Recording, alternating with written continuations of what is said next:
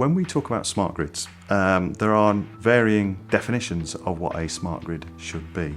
But I think predominantly a smart grid is a three-way relationship between distributors, suppliers and customers. It's really a situation where electricity is managed more proactively. Customers are more involved in the management of their own energy.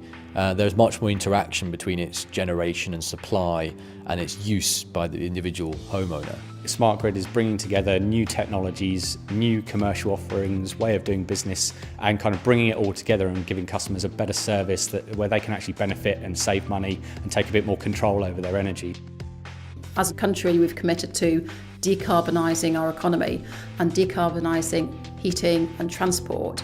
And we see at least two ways of doing that. One is through network technology, and the other is what we call customer flexibility. And we want to understand how much benefit there is in network flexibility, how much in customer flexibility, and in what situation you'd use each. So customer trials are a really important part of finding solutions for the future.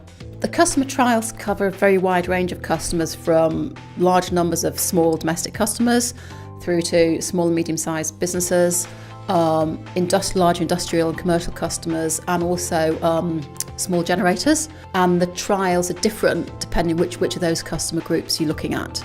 So as a partner on the project, British Gas, the main thing we bring to it is customer-facing trials, which involves all the way through to designing the trials, recruiting the customers, installing technology, and then finally collecting the data and passing it through to our project partner, Durham University.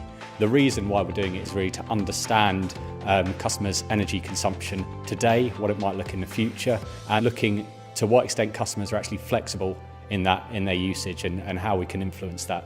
So we've got 22 different trials. We've got 18 which are with residential customers, and then we've got 4 which are with small businesses, medium-sized businesses as well. So we've got customers with solar PV, electric vehicles, heat pumps, etc. But the interesting ones we're looking at are demand-side response. So we've got 4 different types of demand-side response. We've got time of use tariffs, which is basically different prices at different times of the day. We've got restricted hours, which is a combination of a time of use tariff and some home automation. We've got direct control, calling a dynamic response when there's a specific need on the network. And finally, we're looking at within-premise balancing for customers who have solar PV, trying to incentivise them to use their energy when they're generating it. So there's a couple of ways we're looking to do that. What we're trying to find out from the trials is whether customers can and to what extent are willing to adjust when and how much they use the network.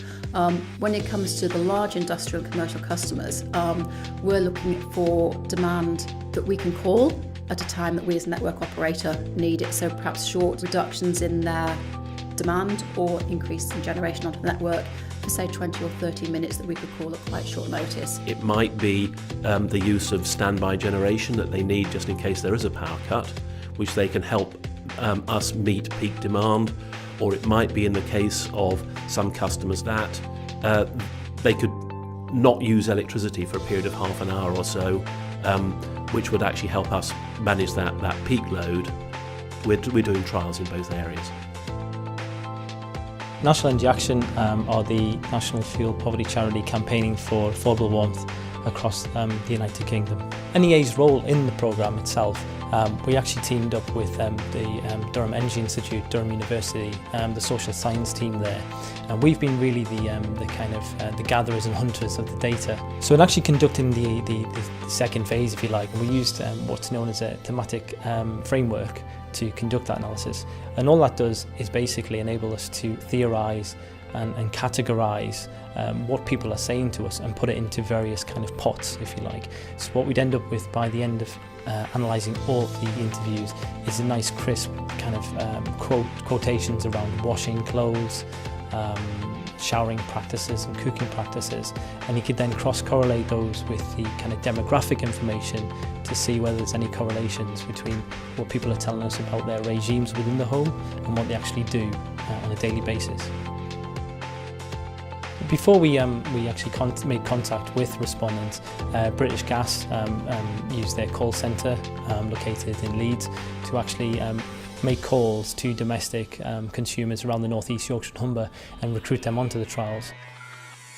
First of all, I became aware of this CLNR programme through an email from British Gas inviting me to be involved in the project, I was very interested in the idea of generating hot water from the solar panels that were on the roof. The idea of being able to use all the electricity that I generate was very, very appealing. Having talked to somebody from British Gas, I was told that there's this idea of being able to have a unit which could send all my excess generation to a hot water tank to heat hot water. I thought it was a fantastic idea. As part of the project, I got a smart meter and a smart monitor so I can see more clearly how much energy is being used. So in terms of information, the CLNR project has helped me to monitor what's going on. We tend to sort of look at what we're generating through the smart meter and so on, and put appliances on to suit the current conditions. If it happens to be particularly sunny and there's a wash that needs to go on, then that's when it goes on rather than at night. The reason I installed alternative energy was because I feel it's important from an environmental point of view to not be burning fossil fuels and using gas and electricity generated from those sources. So being able to contribute back to the national grid, to be able to generate my own energy, was something that I particularly favoured. Two specific pieces of technology we're using on this trial within British Gas are part of demand-side response at the domestic or customer level. So we're calling them smart grid-ready technologies, things like the smart washing machine and smart heat pump. And the reason we call them smart technologies is because they can actually be used interactively with the grid system to manage demand, especially in periods of peak demand. I'm part of a 10 pilot installs. Its particular smart function, the smart washing machine, is that it can receive a signal from a network operator. So a network operator through a supplier such as British Gas can send a signal to a group of washing machines, and on our demonstration project we'll have 150 washing machines receiving signals at different times. As an installation, it's pretty much the same as a conventional washing machine. Over then obviously it links to the internet. So there's a green comms kit. What that does, it links into your broadband, what you have in the property at the moment. The washing machine sends a signal to that to let it know how much load it's using at what times of the day. We at the other end can extract that information from the green comms and put it on a database so we can build up a profile of usage, and that's basically what the green comms does. It gives us feedback as exactly when and how the washing machine is being used. I think with the new heating systems there was a bit of a learning curve for customers. It's quite different to the heat system they had before, so we had to make sure that we had the education that went with it so customers understood what the new heating system was, how it worked, and so they were comfortable using that from the start.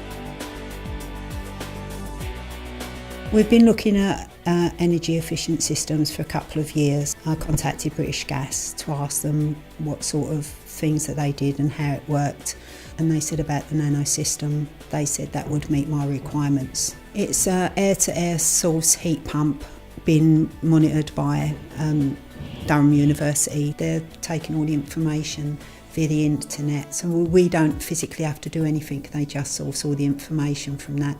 It's very rural around here. The weather temperatures really drop rapidly, and where the old system we used to have it on a timer, the system on this one it will be a nice constant temperature so that it's not going up and down all the time. We're not getting younger, so as old age pensioners it appeals to us, and at the end of the day our pocket will be a little bit better for it.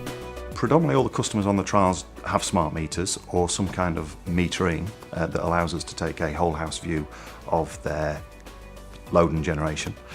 We've also in some trials got some more what we call disaggregated monitoring, some more inline monitoring that is specific to a low carbon technology. So we've got the whole house view and we have an inline view. Under the stairs next to the consumer unit, I've got another meter that records the whole house. This looks at cooking, heating of hot water, dry white goods, wet white goods, and also consumer electronics. So Durham University, who are working on our project, can pick out individual items of consumption from the whole, and therefore it'll help them predict the future electricity use in 2020 and 2050, and that will be used to update planning standards for network operators. In terms of this initiative and the landscape for smart grid, certainly in the UK this is the first of its kind in terms of it being not only centric to the networks and the distribution side of the chain, but also to the customer facing trials. It's the first where we have that information being received from the monitoring occurring on the network and the network facing trials allied with the customer facing trials as well. So we've got a complete end-to-end view now of how customers generate, demand electricity. There's been a lot of enthusiasm. Some people have been really enthusiastic. Very few people have dropped out of the trials. And some people are really engaged with some of the concepts we're trying to encourage here, such as behavioural change, shifting their demand patterns. We've got a lot of equipment deployed in people's houses and we're starting to get some real data back. One of the sort of fascinating things that we'll learn from that is how flexible customers are in their approach to their energy use. Are they willing to shift some of their energy using behaviours in the household in response to price signals? How are they coping with some of the new technologies we deployed? Are they taking advantage of them? Are they adapting to them well? And are they working well in the field? Are they helping us to shift that demand out of peak? We've had some really interesting initial findings, particularly on the time of use tariffs, where we've had customers make some real behavioural change. They've reduced their consumption during peak by 10% on average, and they've actually reduced their overall consumption by 3%. So we're really happy with that. That was kind of what we set out to achieve, and it's great to actually see that change in customers' behaviour.